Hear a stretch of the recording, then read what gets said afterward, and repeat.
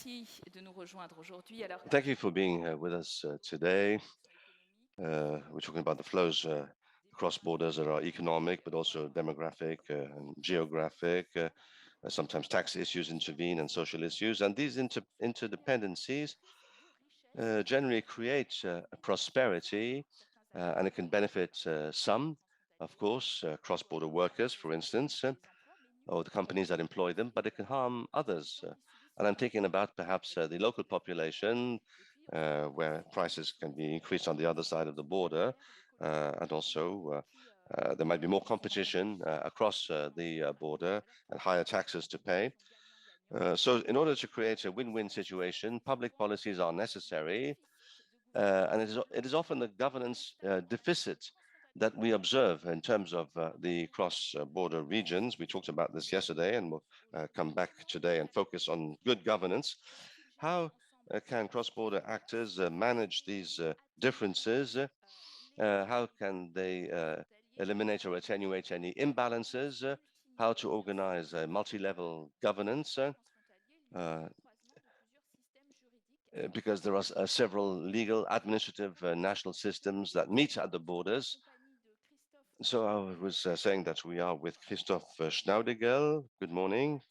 From the Landrat of the Landkreis Karlsruhe, president of the Eurodistrict PAMINA between French and Germany.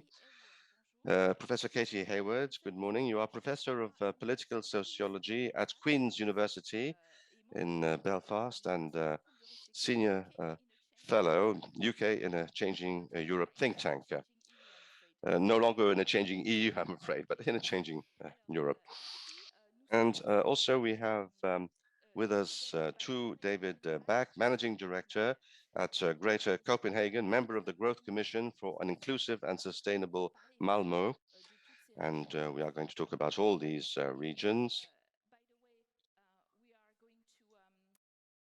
check. I think we are going to, yes, if I'm not wrong, if I'm correct, we are going to switch to English, if it's fine with you. All of you speaking English well, but some of you wanted to maybe intervene in German. I can try it in English, and if I have a problem, you can help me. Whatever is best for you, right? Okay, thanks. Is it going to be easier maybe for everyone to have this debate in English, if it's fine with our audience? Is the French translation working well this time, today? Everybody's happy with that? Raise their hands who's not happy. Okay, good. So let's switch to English, if you don't mind, right? Well, maybe to begin with you, to David Back, Managing Director at Greater Copenhagen, a territory between Copenhagen in Denmark and the south of Sweden, that you can access on a bridge since 2000. What are the economic imbalances involved and the issue of cross-border workers for you specifically in Greater Copenhagen? Thank you for that question, and thank you for inviting me to come and speak. And for those who are more accustomed to Southern Europe, so we're up in Scandinavia, and Greater Copenhagen is the area of Copenhagen on the Danish side, and it's just on the sea, and then we have southern Sweden, Malmö on the other side. And as you rightly said, since many years we've had a ferry, but since 2000 there's been a bridge. I think you all have seen the TV shows and so forth. I think for the topic of our discussion, Copenhagen is the capital. It's very, very strong economically. It's been it for many years, particularly within the life sciences. And then you have the Swedish side, which was really heavy industry, transportation, and so forth. And so there are some different sectors. And it's really, you're seeing economic imbalances between the two sides.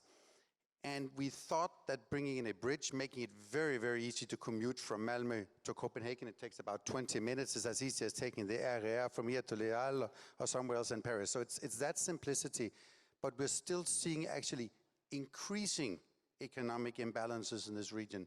So you're seeing on the one side, you're seeing Copenhagen, where you're seeing a lot of high-tech companies, a lot of sectors with really, really high wages.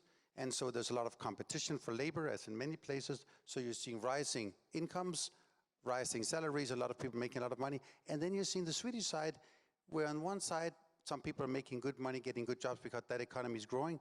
but you have a lot of the population who cannot get into, because of labor market rules, to live to the Swedish side. It's much more difficult to fire people, more like the French and the German system, as opposed to the Anglo-Saxon system you have in Denmark. So there's more hesitancy on the Swedish side to employ people, so people often come to Denmark for their first job. Great, because that evens out some of the economic imbalances. You can go from Sweden, go to Denmark, make a lot of money. But then over the past 2 years, we've unfortunately seen the border closed due to COVID and so on several times, and we've gotten a perception that you cannot cross the border anymore for work. It's not true, but there's a perception, and it's been increasingly difficult. So I'm a little bit worried. Are we going to see increasing economic imbalances because the Swedes have lost the faith in coming to Denmark for work? And the Danish employers are thinking, who can we hire somebody living in Sweden? They might not make it in time because the border will be closed or the train is not running or something of that nature. So that's one economic imbalance we're seeing. Maybe one other aspect is, that has increased with the pandemics and other issues such as migration. People have lost, and they've seen on the news all these people waiting in huge lines to show their passport and being checked whether they have, the proper documentation. And when people see that on the television, they're like, okay, this is probably the truth. You can still pass, you can still work on the other side, but the perception, unfortunately, is a little bit challenged at the moment. The great story, and I have to say the great story is, at the same time, Sweden has become sort of a startup nation. A lot of great new startup companies coming out of universities, but also coming out of, gaming industry and so forth. That's happening in Malmö on the Swedish side. And suddenly you have all these big, little bit lazy sometimes major companies on the Danish side that are not so good at innovating. And now they're looking to the Malmö side to get all the great new companies, the great new ideas and talent. So you have two forces, but unfortunately, I must say, I'm a little bit worried of the whole idea of cross-border economic integration if you look at my geography. It's very clear, and it's a very good example. Christoph Schnaudigel, feel free to speak German, by the way. There's absolutely no problem, and there is a translation, as I just mentioned before. As the president of Karlsruhe Landkreis und PAMINA Eurodistrict and a member of Karlsruhe Technologie-Region. Technology region, yes. That's auf Dutch. Can you tell us how these multiple mandates have helped act on a cross-border economic development? I think the situation is a little bit similar, as we heard, because we have this big city of Karlsruhe. Of course, it's not so big like Paris, but more than 300,000 inhabitants. We have the region of Karlsruhe, more than 1 million inhabitants. And then we have on the French side, the northern of Alsace. This is more rural. And we had a lot of people coming also to Karlsruhe, to Germany, to work in the industry, also in the hospitals. And we had the same situation during the COVID crisis. We need the people working in the hospitals, but the border was closed, yes. And then we had really to fight for special regulations that they can cross the border, but sometimes it was not allowed for them to go for shopping in the German supermarkets. They could only shop in the French, and so sometimes it was very hard. And what we try, I am a member of PAMINA, this you told, I'm also a member of the Upper Rhine Association, le Conseil Rhénan en français. What we try is to find everyday solutions for all these obstacles we have concerning the cross-border problems. And I think if we don't succeed to remove these barriers, these obstacles, we will have not a good economic development in the cross-border region. I think this is very, very important that we really can fight more for our interests. That's very helpful to explain to us, and it's going to be even more crucial for you, Katy, Hayward, sociology teachers at Queen's University in Belfast. With Brexit, obviously the relationship between Northern Ireland, which is a British region, of course, you know whole by heart this idea that it's a British region that is to say now outside of the EU, and of course Ireland, a member of the EU, have changed dramatically. And we would like to know in which way, since 2020, has it changed so drastically? Well, First, thank you very much for the invitation to be here. It's a particular pleasure post-Brexit to be in amongst you. And yes, Northern Ireland's position has really transformed recently. Of course, Northern Ireland is deeply connected both to Britain and Ireland, as you say, and European integration was extremely helpful to Northern Ireland, not just in economic terms, but also in terms of building peace. And partnership between Britain and Ireland has been really key to the peace process. Maybe we should remind our audience about the Northern Ireland Protocol and Yes. the specific issues of not building up a border, a real border, and in this context, Northern Ireland has a specific status with the divorce treaty and the divorce agreement, which makes it part of the EU and also, of course, part of Britain. There is this problem with merchandise. So maybe you should touch on that before for introduction, so that we Yes. understand the imbalance between one side of the border and the other side, really. Yes, precisely. So the importance of having an open Irish border was not just in practical terms, but also symbolically for the peace process. And so coming into the Brexit withdrawal negotiations, both the UK and the EU agreed that they wanted to avoid a hard Irish border. And after a lot of negotiations, which I'm sure we'll all remember, they came up with a protocol on Ireland, Northern Ireland. And essentially what this does is keep Northern Ireland in a changing EU, if you like. So Northern Ireland is de facto in the EU's single market for goods, Exactly. not for other parts of the single market, notably. And also it is applying the Union Customs Code. So this means effectively that there are now EU checks and controls on goods moving from Britain into Northern Ireland. And this has had not just practical consequences, which I'll explain. On the Irish Sea, by the way. But down the Irish Sea, yes. And it's also very, of course, politically contentious. Because essentially what it's doing is the UK is acting as the border agents for the EU. So the EU has made taken a big risk in this regard, as we're now seeing. And the UK is imposing these checks and controls on British goods moving into Northern Ireland. Now, we don't see the full implementation yet of the protocol.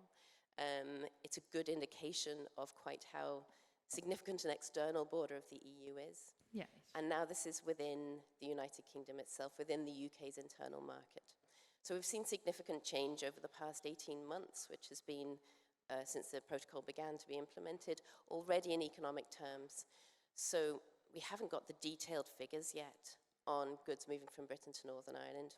We basically see evidence from businesses within Northern Ireland, particularly small businesses who are struggling.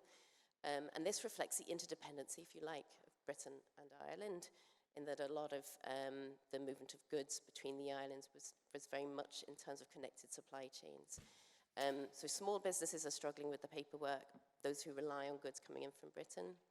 There is a concern for supermarkets, if we have the full implementation of the protocol, that they won't be able to bring their goods, as they do at the moment, into Northern Ireland. This is a subject for negotiation at the moment. Restoring border is very, very, very, very meaningful and makes a lot of changes. That's what you're telling us. It's essentially, you're seeing a border being built that wasn't there before. Yeah. In contrast, across the Irish land border, there's been a huge growth of trade. So last year, just in 1 year alone, sales of goods from the south and Republic of Ireland into Northern Ireland went up by 65%. And in the first quarter of 2022, it's gone up by another 34% on last year. And then goods moving from Northern Ireland into the south, that's gone up by 54% in 1 year. So this is very good for certain businesses, particularly food and agricultural businesses. Manufacturers and exporters are doing well from Northern Ireland. But for others, they're not doing so well. I visited Northern Ireland just to let you know, it's a very strange situation because you have a farmer. They have got big farms with many cows, and the cows are crossing the border from once they're in the UK and at the end of the day, they are actually in Ireland. And it's a big problem for them to know which norm to apply.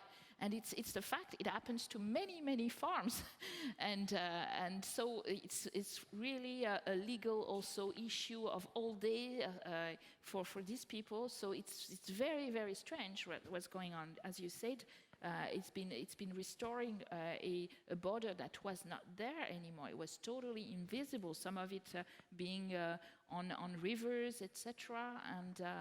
And now it is becoming a little bit visible. That's what you're explaining.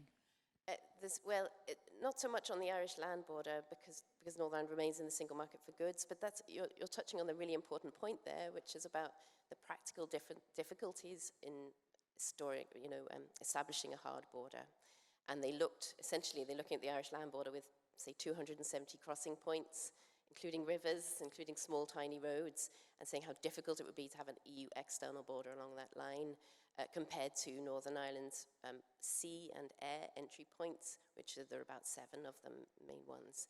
So in practical terms, pragmatically speaking, the EU and UK agreed it would be easier to manage those entry points rather than the land border entry points. But of course, you can never talk about it simply in pragmatic terms.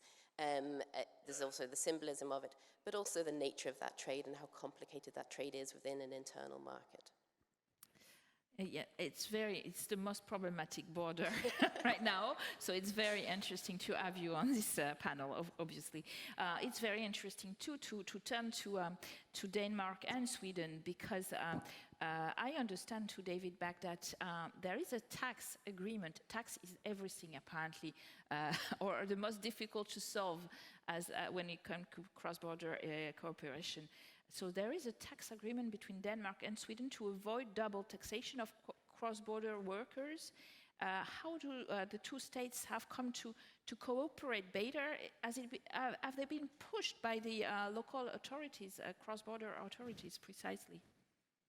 So it seems that obviously tax is an important issue for people who decide and companies who decide to do business on the other side.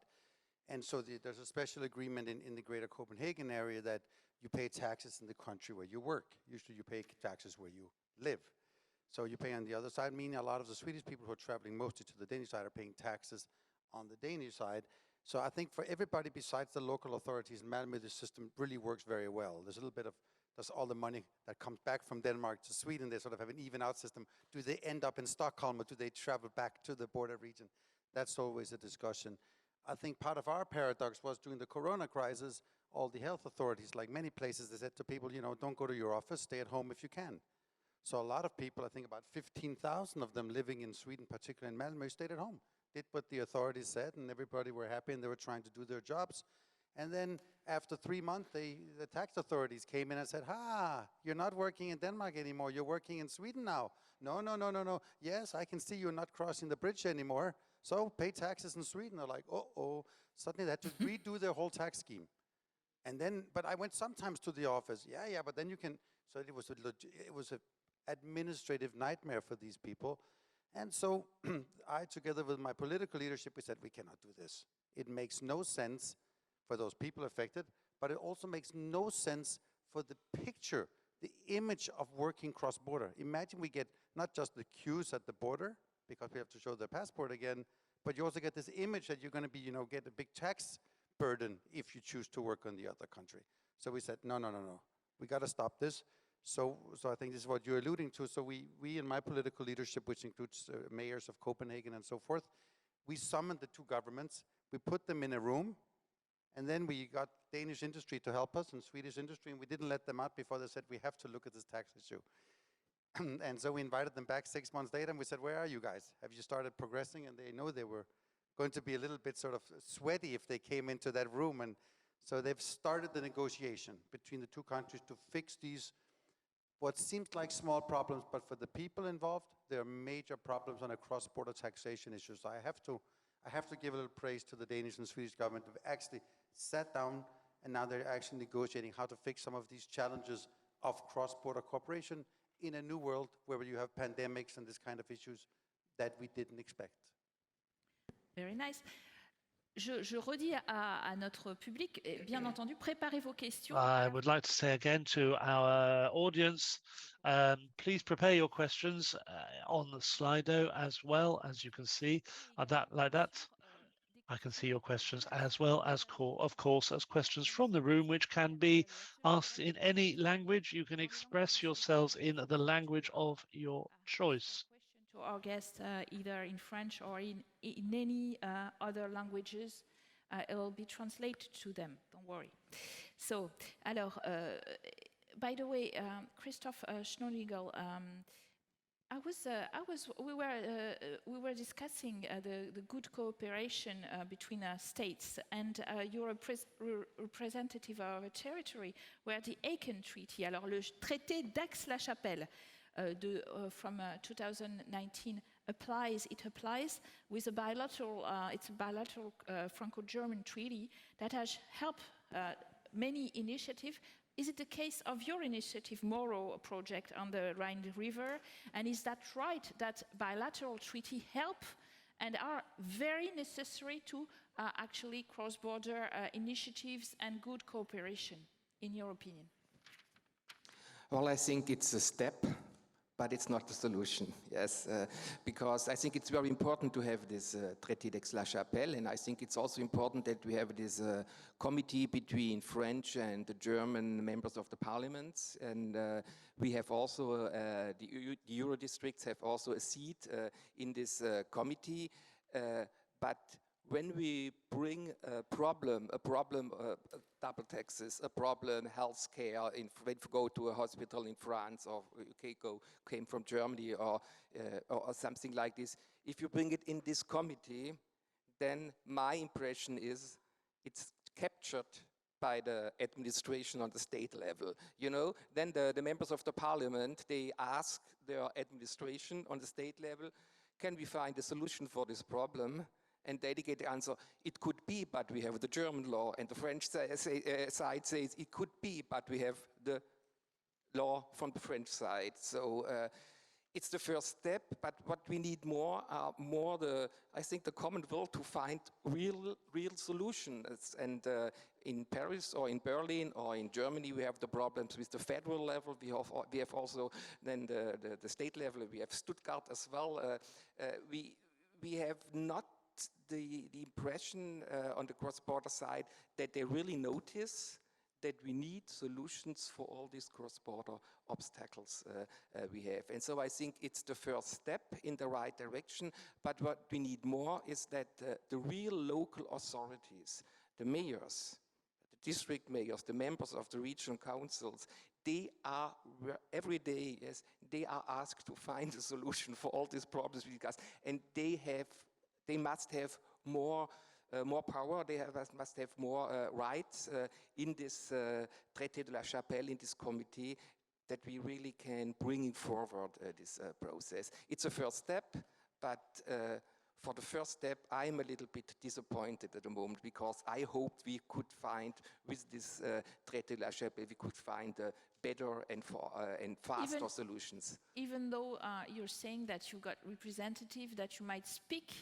to about your daily problems, and that maybe it helps in some way to get to from a regional or a cross-border level to a national level, or not really? It helps, but the process needs so much time then, yes? So the projects need so much time, and we need a legal frame. We need a legal frame for tax management for people who is working on the other side. We are not responsible for the legal frame. So, and this need, from my point of view, this need too much time, and people become a little bit inquired, I think, yes, because we are really looking for solutions.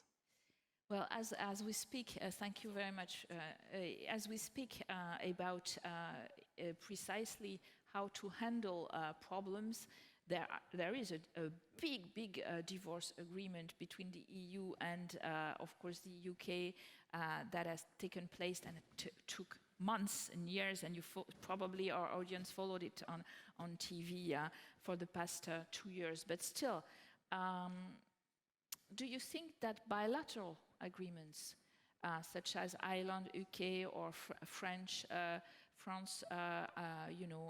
UK also, etc., will be necessary on the top of this big agreement to reduce the growing differences over the channel, and even with all these debate on goods and merchandise and transportation? So that's the big question. So at the moment, yes, the UK and the EU. Or migration for France as well. That's Yes. It's not only merchandise, of course, it's human and merchandise. That's true, yes. And essentially, of course, so we have the UK withdrawal agreement that the Protocol on Ireland, Northern Ireland is part of. And then we have the UK-EU Trade and Cooperation Agreement. And the most recent event with respect to the protocol and the withdrawal agreement has been that the UK is legislating to break the protocol so that there will be effectively no checks and controls on goods coming from Britain into Northern Ireland, simply by dint of the UK refusing to recognise the need for those. So in many ways we know that the EU is sort of gearing up to respond as needs be if this comes into being in quite a strong way, including putting the TCA, the Trade and Cooperation Agreement, in question. And I think all of this comes down to the biggest issue, which is the function of borders themselves, and border checks and controls and what they represent. And fundamentally, the difficulty, the question for Northern Ireland, the difficulty for Northern Ireland is the fact that the UK does want a hard Brexit. It wants to regain full sovereignty, whatever that means. And in so doing, wants minimum ties with the EU. Now, that is impossible to have if you're wanting to have an open Irish border, of course. So the more distance you have from the EU, the harder the border will be. At the moment, that border is in the Irish Sea. And we are seeing the effect of that on the movement of goods, both from Britain into the Republic of Ireland and into Northern Ireland. And I think we are still, unfortunately, going repeatedly back to where we were in 2017, 2018, about the question of, well, why would you have a border anyway? Do you really need these checks and controls? Is it really necessary? Are there other ways of managing and it? the EU is saying yes to protect our internal market, and not to have dumping issues with Exactly. Northern Ireland. And there's an obviously. awful lot that comes with being in the single market. So tax issues, VAT and excise, the issues around state aid and subsidies, all of the Court of Justice of the EU, all of that comes alongside Northern Ireland still being de facto part of the single market for goods. And this is why it sits uncomfortably with the United Kingdom with its quest for full sovereignty. And this is why Northern Ireland feels in a very vulnerable and uncomfortable place.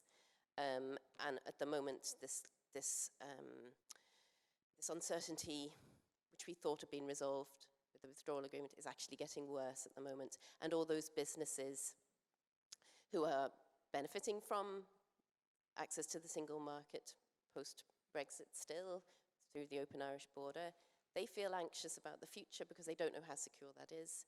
The businesses that depend on trade with Britain also feel anxious because they think if the protocol is fully implemented, they will suffer more. So there's a real vulnerability to Northern Ireland itself, which feels in effect like a border region. And it is a border region, by the way. It's a big backlash because precisely with Good Friday Agreement, they had managed to come over the border, even though you still see them, of course, in Belfast and in many cities. You still see the separation between the Catholic and the Protestant. It's very strong, but they overcame these borders. And then now they have the feeling of a big backlash, right? Yes, I think putting it very crudely, the sense for unionists in Northern Ireland who want Northern Ireland to remain part of the United Kingdom feel as though it was a win-lose situation as to where the hard border is drawn, and they feel like they have lost, and that the border has been drawn within the UK, and that is why they are responding the way that they are, and the majority of unionists do feel anxious around Northern Ireland's position now. You wanted to intervene, Mr. Bach, and you've got many questions as well Just a quick thought, because we all can see the trouble of Brexit, and Northern Ireland must be a nightmare. So I have an easy read in that sense. But I do think you're also seeing other countries where they are turning to closing borders and sort of thinking in a more national way. I won't say nationalistic, but more national focused. We're seeing it right in our region. Since 1950s, we've had no passport needed to cross the border between Denmark, Sweden, and Norway. The border has been shut down 4 times since 2015. It's becoming the new norm. It seems any problem, whether it's migration, whether it's crime, whether it's COVID-19, it seems every time the Prime Minister asks, the civil servants, what can I do in a new crisis? It seems like there's a recommendation coming from the bureaucracy saying, close the border. And so I think we have a new challenge.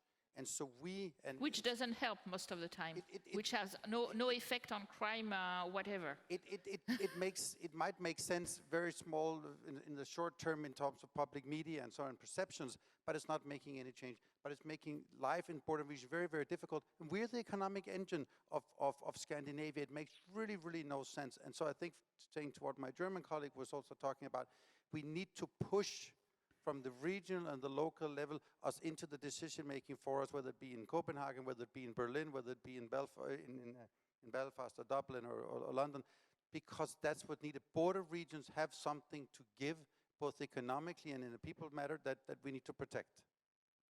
Alors, you got actually very precise questions because, well, Northern Europe is always fascinating to every audience.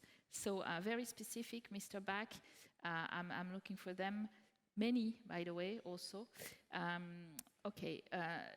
Do you have cases of people with jobs on both sides of the border? There are people who have jobs both sides. You have particularly, most people commute from Sweden to Denmark because the salary is a little bit higher on the Danish side. And you have people who are working their main job in Denmark. And then they have a job, also a second job on the Swedish side. I won't recommend it because tax-wise it's a nightmare, but there are people who do it, who can't stop. How many people they are seeking? How many people of the border work? How many of the border workers, living on the Swedish side are Danish? Not very many anymore. Just before the financial crisis, the housing market in Copenhagen was crazy. So a lot of people would buy a house, Danish citizens or people with connections to Denmark would live on the Swedish side, buy a really big car because they have less taxes on cars in Sweden, and then work on the Danish side. Not very many of those left. Most people who commute from Sweden are citizens of Sweden or living there sort of more permanently, and now they work on Denmark. About 15,000 go from Sweden to Denmark every day for work, 3,000 in the opposite direction. Mr. Schnaudigel, a question for you. According to you, the Aachen Treaty does not really replace the Franco-German border on the European cross-border mechanism the European Commission has proposed, but blocked in the Council. Not understood, sorry. Okay, it's not very clear though. Sorry, the European, but blocked in the Council. Yes. Does not replace on the. Oh yes. Do you have? Oh yes. Okay. So, how does le traité d'Aix-la-Chapelle, pardon, je suis en train de mélanger des traités. Comment est-ce qu'il remplace finalement? How does it replace the European cross-border mechanism? Since that, and so we are not progressing very,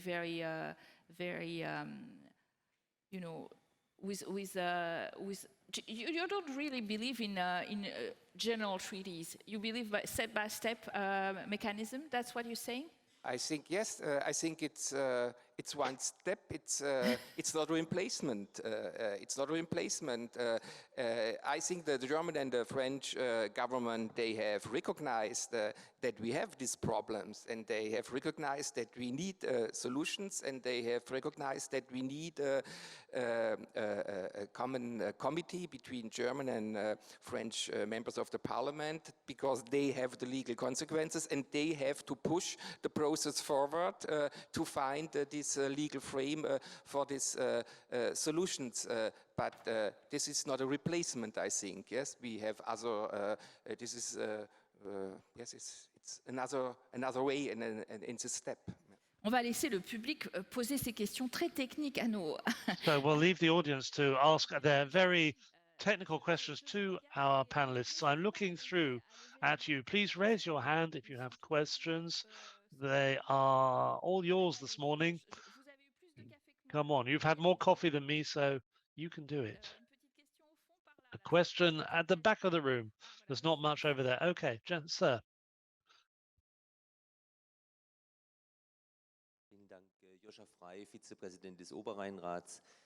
Und ich möchte einfach ergänzen.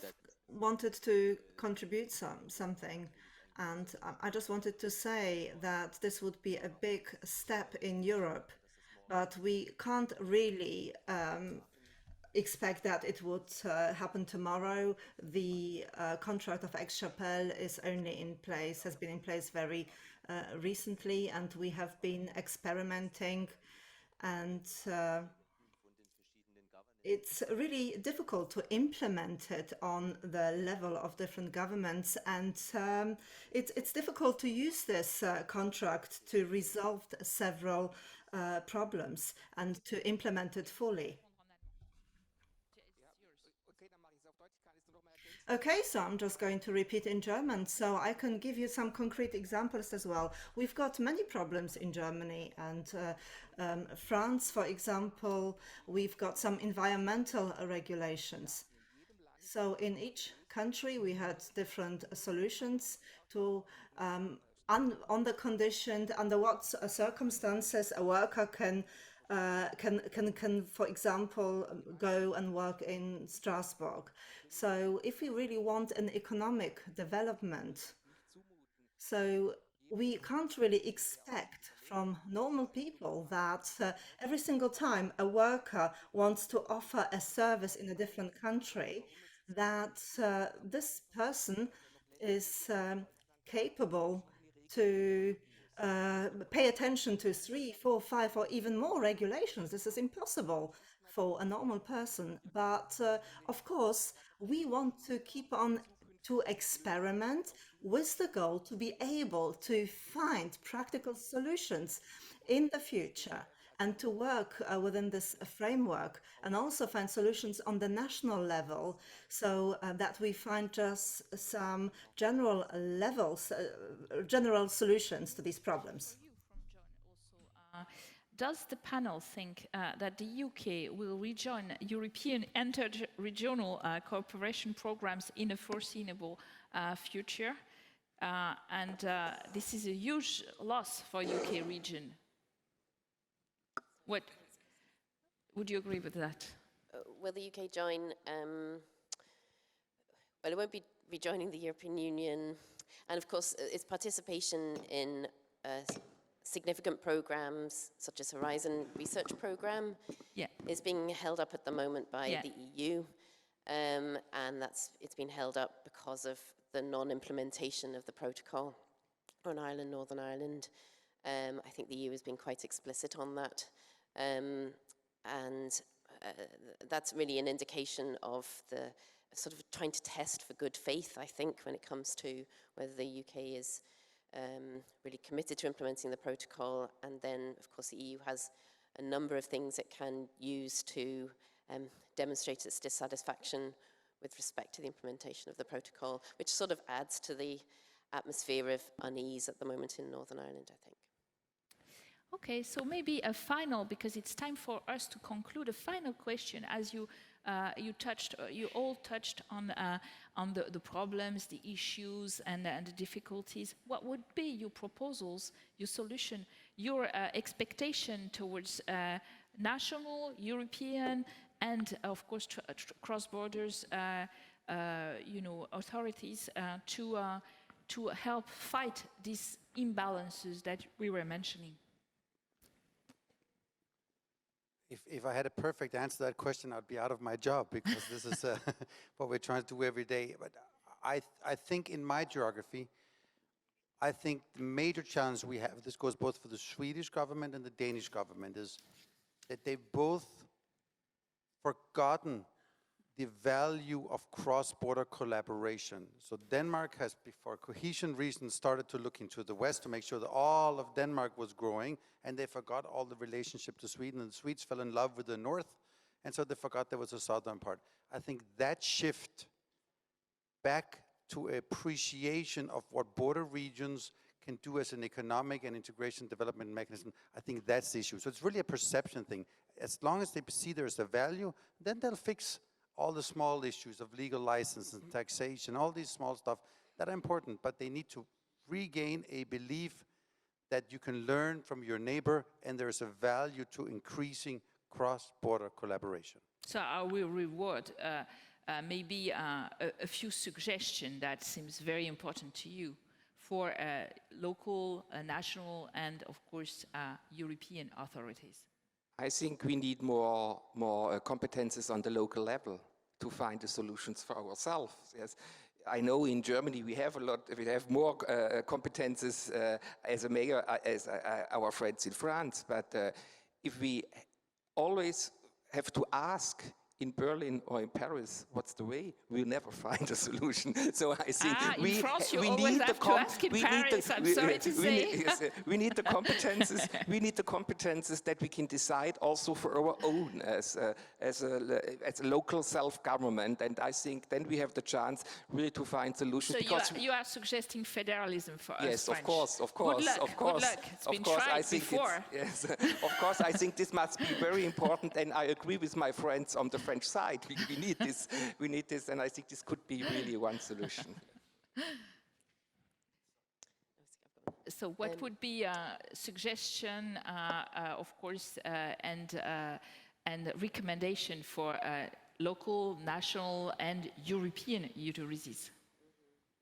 I think if I look at the UK-EU relationship, obviously that is key, and what the EU does vis-à-vis the UK will have long-term consequences for Northern Ireland and indeed the peace process. So that is a big responsibility that the European Union has taken on. I think that looks a bit depressing at the moment. So instead I will look at more local level. At the Northern Ireland level, that too looks a little depressing. But at the community level and at the business level, there's a lot to be confident in. And in particular, cross-border trade on the island of Ireland, and cooperation in particular between local authorities and regional authorities is actually quite positive. Tends to be very innovative, quite a lot of dynamism.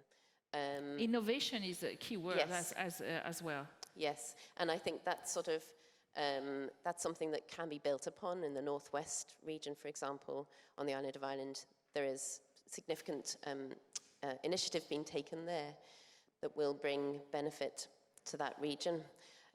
For this particular moment in the UK-EU relationship, I would see that there are obviously great political difficulties.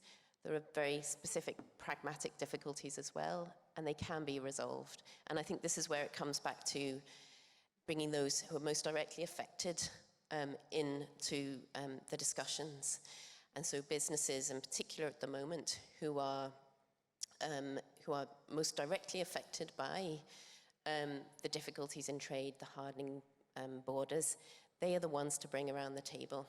And I do think that more direct stakeholder engagement with Northern Ireland is the way forward, particularly tripartite discussions with the UK and the EU and the key stakeholders in the room. That will be the way to, step by step, with the real technical, practical issues, to find a solution. Businesses putting pressure on the national and European authorities. Yes, that's also a key issue. Thank you so much for this extremely good discussion for this first panel. Thank you very much to my guests. Please, you can applaud, of course. A loud applause. Very good. Pardon. Nicolas Rossignol, pardon, qui vient me rejoindre. Nicolas Rossignol, first of all. C'est pas la fin de cette session, pardon. J'étais avant, d'accord. qui vient de me rejoindre. Je ne suis pas dans l'ordre, mais donc qui pour nous parler... I'm not following the right order, but Nicolas Rossignol will talk to us about a particular topic. Nicolas Rossignol will, thank you very much, talk to us about ESPON IRiE, the international relations in Europe. Yes, well, thank you very much, Caroline. Well, it's been 20 years that ESPON has been in existence, and 20 years that cross-border issues are at the heart of the priorities of our program. And this is why ESPON is one of the official partners of the Borders Forum. We have much worked on issues of governance, which was a main theme of this first roundtable, and that we will also speak about today, for the rest of the day. And also the question of the improvements of the knowledge about cross-border dynamics. That's at the heart of what ESPON does. And we know that is one of the main problems encountered by local actors in the cross-border regions.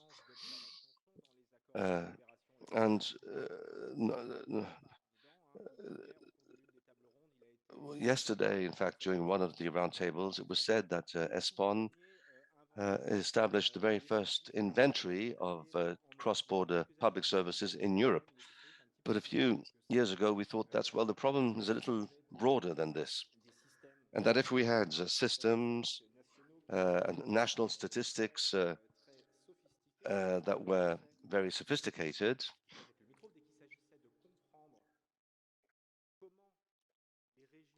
when it came to try to understand what were the exchanges, the flows between borders, then we didn't have enough data. So what we did is that we put together a team of searchers coming from different countries in Europe, and we asked them to build us a data model that would enable us to quantify all the flows between all European regions. And when I talk of flows, I'm talking about goods, I'm talking about services, tourists, students, all the patents, financial flows, and so on. So we asked them to work on this data.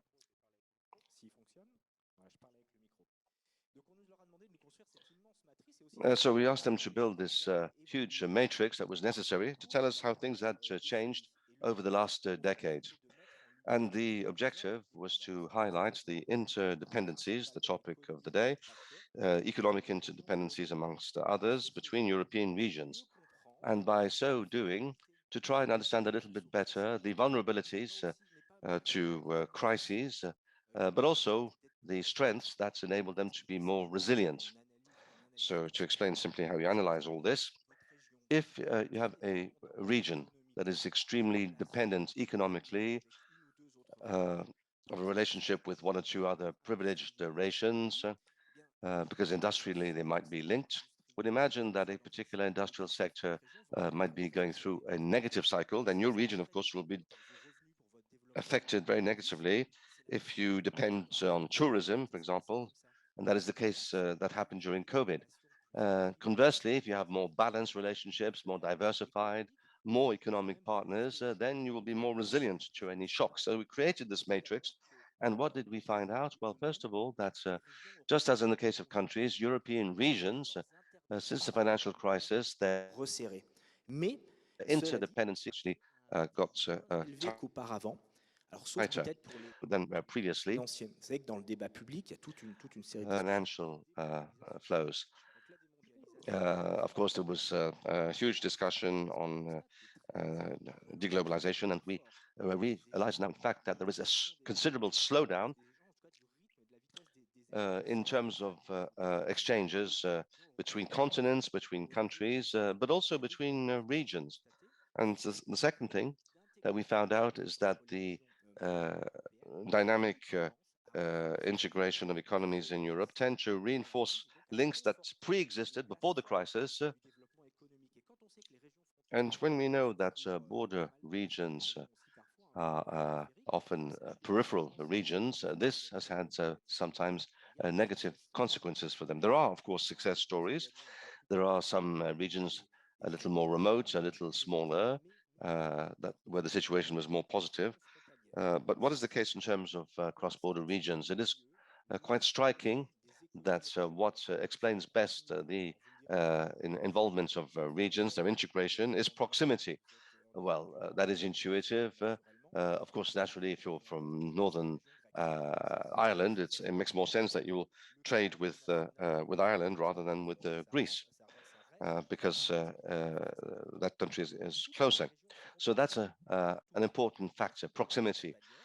And for many border regions, you have that proximity border, i.e. you have relations with your neighbors on the other side of your border, which will be limited perhaps because on a national question, the structures maybe are different.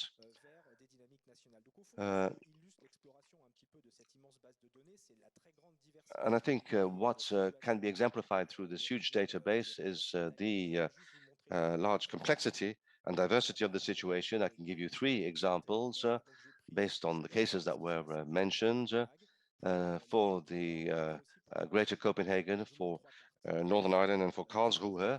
I'm going to show you 3 maps to show you what we can do with these analyses. Greater Copenhagen, which is in blue in the middle of this map. I went to have a look at direct foreign investment for the economic actors of Greater Copenhagen. Where did these investors invest mostly? Well, you see that Malmö does appear on the map, and far behind, for example, the Netherlands or certain regions in France. And then in the second case, I had a look at Belfast, the universities or the companies in Northern Ireland that coordinate research projects. In the case of the main research Horizon program financed by the EU. And of course, there are Northern Irish actors and Irish actors, but not only. Also, there are links with Spain and Germany, and less so with the UK. And for Karlsruhe, we have a completely different situation. I was looking at the situation in terms of the trade of goods. And here we see that and this doesn't involve the whole of Germany, of course.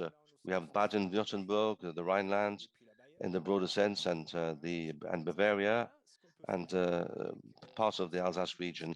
So you see the situation, and all this data is available. If you are a border region, you have access to this data. And it seems to help us very much reflect on the issue of cooperation and economic strategies in the cross-border areas. These are very useful data. And to conclude, perhaps a last map, and this is the Ukrainian flows of refugees. We were asked to assess the impacts of the war in Ukraine on their territories. So we carried out a few prospective analyses. And you have here the Ukrainian flows of refugees and the situation. And I know you discussed this yesterday during one of the roundtables. So this is an analysis carried out from a real-life situation in Poland in particular, and based on the distribution of the flow of Ukrainian refugees in the different European regions. And this is based on a conflict that unfortunately might well last for the long term and might well be very destructive. And we can see that there are border regions that host mostly these refugees. But also, of course, the flow moves towards other parts of Europe. We've looked at the possible effects of war on growth, on employment, on inflation in all European regions. And we started with the economic links existing between all European regions and Russia. This is what we see on the screen. And with the database that I've mentioned, we've modeled a maximalist scenario, but which is increasingly real for the EU regions. And this maximalist scenario is this one here. I'm not going to comment this map, but simply I will say that it illustrates in general that the COVID crisis was far more significant than what we are living through today. We need to keep this in mind. But nevertheless, that the war has and will have more targeted effects territorially for certain populations, and this is what renders the problem more acute. And this is what many speakers, not only this morning, but yesterday mentioned. They talked about the shock related to the closure of borders due to COVID. So it's quite similar with this war, because when we can all agree, we can all talk to each other, Europe, the countries, the regions, local authorities, like we did with COVID after the first wave, then we can overcome crises that are graver than the ones we have today. But this is the step that needs to be made, the further step, in order to be able to react to the consequences of war. And from our point of view, this is the situation. Well, we understand the border countries in red, but for Northern Ireland, the situation is not quite so clear. Yes, but we're talking about those countries that are directly in contact with Russia, or the borders close to Russia that would be more directly impacted. And of course, you have Northern Ireland, but also the Ile-de-France, where you see there are differences. And I can't go into detail, but we think that cross-border actors certainly have their place in this debate to try and anticipate the consequences of what is happening in the Ukraine. So thank you. Well, thank you very much for that, Monsieur Rossignol. You are the once again the head of Unit for Evidence and Outreach at the ESPON EGTC.